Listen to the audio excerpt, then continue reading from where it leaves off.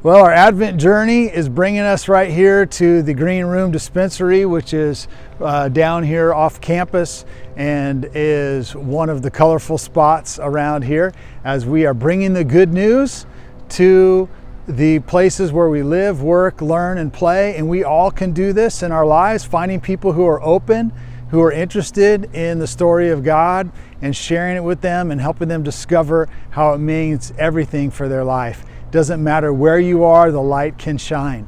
And the good news, the good story, is always backdrop with the bad news, with the darkness. We talk about Jesus being the light of the world, and that's because there's darkness in this world. And so I want to turn us to Genesis 3. That's our story. You can pause right here and read Genesis 3, 1 through 13. And you will then get a chance to discuss what stands out to you and what that means for you in your life, and maybe who you could share it with in your life. So take a chance to read it. When I read the story of the serpent who comes to the woman and starts asking questions about, did God say that you can't eat from any of the trees in the garden? And she begins to bring back, yes, you can.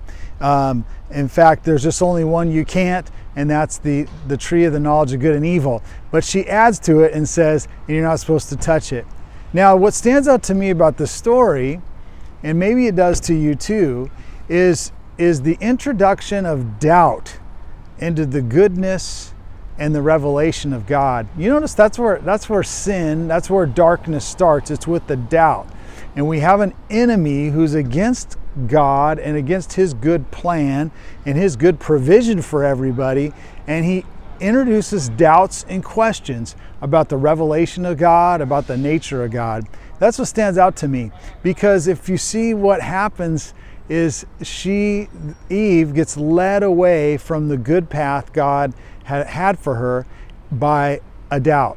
And by entertaining the doubt and then walking outside of God's plan to make a decision about what's right and good on her own in difference from what God said. And that is a bad habit. We have many bad habits in our lives, and a lot of the habits that are bad are the ones that happened in our mind when we begin to step outside of what we know to be true and we get allured to something that is false.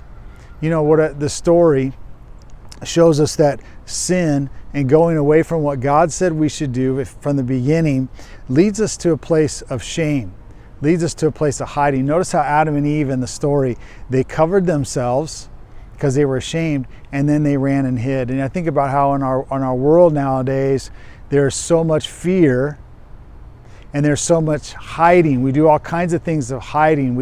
We take drugs, or we medicate with food, or we chase pleasures hoping that it will mask the pain, mask the loneliness, mask the shame.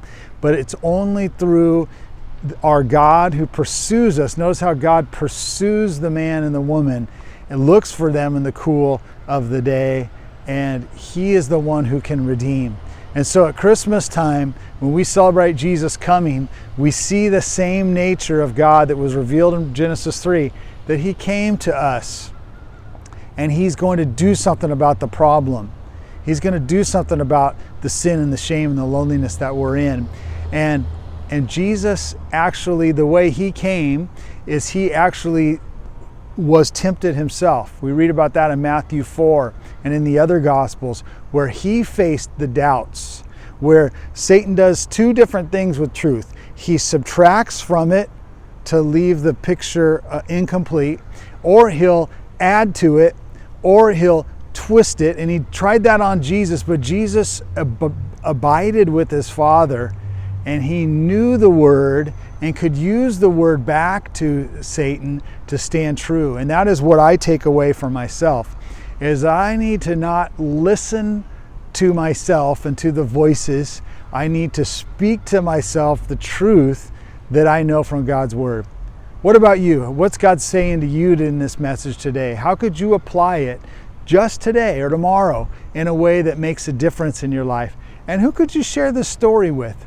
I encourage you to do that. I also encourage you to share this video, subscribe it on YouTube, or just pass it along to somebody, the story yourself. You don't need me, you don't need my video to share the story. Just open up God's Word and share it with people who you love and you care about. Lord bless you.